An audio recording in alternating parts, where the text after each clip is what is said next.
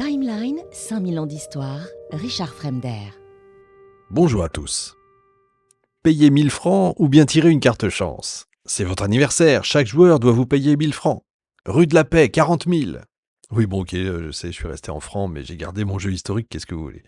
Vous l'avez reconnu, sans doute, évidemment, le jeu le plus joué au monde, le Monopoly, incontournable. Acheter, construire, encaisser... Bref, s'amuser, on connaît tous le Monopoly. Enfin, on croit tous connaître le Monopoly. Le plateau, les rues, les billets roses, les billets bleus, la rue de la Paix, le vieux monsieur à moustache.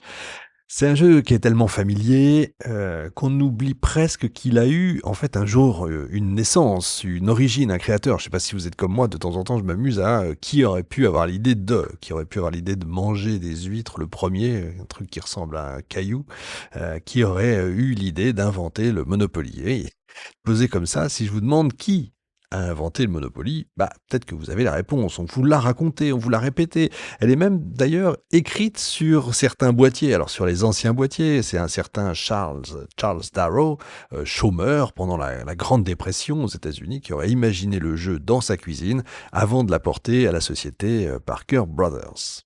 Un génie solitaire. Pauvre, brillant, sorti de nulle part, et évidemment, belle histoire américaine, récompensée par le succès, une success story 100% US. C'est beau, c'est simple, ça fait rêver, et c'est totalement faux. Au cours de cette émission, en fait, on va remonter le fil d'une histoire beaucoup plus complexe, beaucoup plus surprenante, et surtout beaucoup plus lumineuse qu'on ne l'imagine.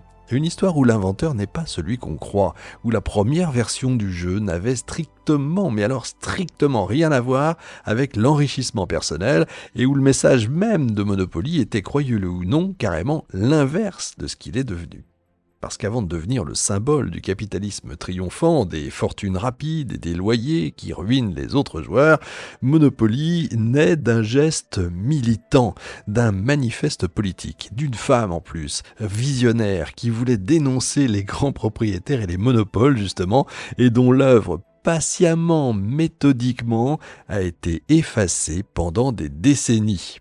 Son nom, vous l'avez probablement jamais entendu, Elizabeth Magie. Ça s'écrit M-A-G-I-E, donc magie, comme vous voulez. Et pourtant, c'est elle qui trace les premières cases du jeu en 1904. Elle le conçoit pour montrer pourquoi les monopoles sont dangereux. Elle le fabrique, elle le dépose et elle le partage. Alors, comment l'histoire officielle a-t-elle pu carrément ignorer son existence ? Comment Charles Darrow est-il devenu dans le récit collectif le créateur d'un jeu auquel il n'a fait qu'ajouter les dernières touches ? Comment la société Parker Brothers a-t-elle protégé une version fabriquée de toutes pièces ? Et comment cette manipulation a-t-elle pu tenir presque un siècle ? Pendant une heure, vous allez découvrir une histoire où se croisent des militants, des professeurs, des quakers, des avocats, des familles entières qui recopient le jeu à la main. Une histoire pleine de justice et d'injustice, de scandales, d'anecdotes et de retournements. Une histoire où le succès écrase l'inventeur originel, mais où la vérité, finit toujours par refaire surface, parfois par accident. Parfois grâce à l'obstination d'une poignée de passionnés ou d'historiens. C'est aussi une histoire très américaine en fait, pas seulement parce qu'elle se passe aux États-Unis, mais parce qu'elle dit quelque chose de profond sur ce pays, sur le capitalisme, sur les mythes individuels qu'on préfère aux réalités collectives, sur la manière dont l'industrie du jeu peut fabriquer ses propres légendes, et je dis le mot industrie à dessein. Et puis, au bout du chemin, il y a quand même une révélation, un document, un geste, un moment précis qui change tout, un élément longtemps caché que vous allez découvrir à la toute fin de cette émission et qui montre de manière irréfutable comment l'histoire de Monopoly a été réécrite et surtout au profit de qui. Mais avant d'y arriver, reprenons depuis le début, depuis ce jour de 1904 où une femme, presque seule dans son atelier, dépose un brevet pour un jeu qui, à ses yeux, doit servir non pas à s'enrichir, mais à comprendre pourquoi l'enrichissement sans limite était déjà un danger. Dans 5000 ans d'histoire, le Monopoly eut une invention volée. Bonne année à tous. Au milieu des années 1930, en plein effondrement économique, Parker Brothers diffuse une histoire aussi simple que puissante. Elle figure dans chaque boîte vendue, imprimée carrément noir sur blanc. Un homme, ruiné par la Grande Dépression, aurait créé dans la solitude de son sous-sol le jeu qui allait sauver son foyer et finalement sauver Parker Brothers elle-même. Ce récit, ressorti par des historiens, commence par une scène devenue mythique. Un certain Charles Darrow, vendeur de radiateurs, mis au chômage, s'enfonce dans son sous-sol sombre. Et là, sur un morceau de toile cirée, il commence à tracer un plateau représentant les rues d'Atlantic City.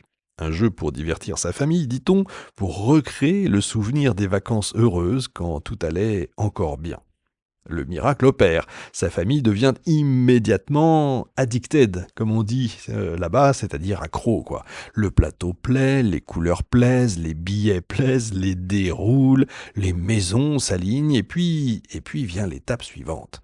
Darrow décide de proposer son jeu aux géants du marché. Et comme le racontent les enquêtes, Parker Brothers et Milton Bradley refusent tous les deux, estimant que le jeu est trop long, trop complexe. Donc un rejet parfait pour le futur mythe de la persévérance.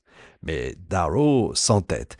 Il fabrique des exemplaires à la main, les vend par bouche à oreille, et l'engouement local devient carrément impossible à ignorer. Parker Brothers, au bord de la faillite, finit du coup par reconsidérer sa décision et rachète le jeu. Le résultat, vous le connaissez, un succès titanesque qui sauve à la fois Parker Brothers et Darrow de la faillite. Le récit a tout, la misère, la résilience, l'invention géniale et la récompense finale, on dirait un film. À tel point que l'entreprise l'a inséré pendant des décennies dans les boîtes de Monopoly. C'est un véritable conte fondateur. Aujourd'hui, on appelle ça un storytelling. Sauf qu'une phrase écrite par un historien est venue briser le vernis un peu comme un coup de marteau. Il n'y avait, dit-il, qu'un seul problème. L'histoire n'était pas exactement vraie. Et là, tout a commencé à vaciller. Dès les années 30, Darrow devient l'incarnation donc parfaite de ce que Parker Brothers veut vendre. Un self-made man, un individu sauvé par sa créativité, un héros de la libre entreprise. Derrière tout ça, il y a une stratégie claire que vous comprenez. Darrow est mis en scène, photographié, présenté comme un génie solitaire. Son histoire est répétée dans les pubs, dans les notices, dans les médias et même dans la mémoire collective. Encore une fois, on appelle ça un storytelling, une histoire, une narration. Et cette narration fonctionne parce qu'elle épouse exactement les codes de l'Amérique de l'époque, et l'Amérique en a besoin à cette époque-là aussi. La créativité individuelle est glorifiée, le héros pauvre mais astucieux parle à tous, l'invention dans un sous-sol, c'est le symbole, c'est la modestie devenue grandeur, on a ça avec les startups aujourd'hui encore, quand on parle d'Apple, de Hewlett-Packard, etc., tout a été créé dans un garage ou dans un sous-sol. La réussite financière fulgurante, c'est la récompense naturelle du talent. Le mythe Darrow est donc un produit commercial autant qu'un produit culturel. Et Parker Brothers ne fait pas que raconter cette histoire, elle la verrouille juridiquement. L'entreprise achète le brevet et puis le diffuse comme preuve indiscutable d'une création originale. Or, ce brevet n'est qu'une couche tardive déposée sur une réalité bien plus ancienne. Alors pourquoi cette histoire paraît trop belle pour être vraie ? Dès les premières comment je pourrais dire, enquêtes des historiens, plusieurs indices montrent que quelque chose cloche.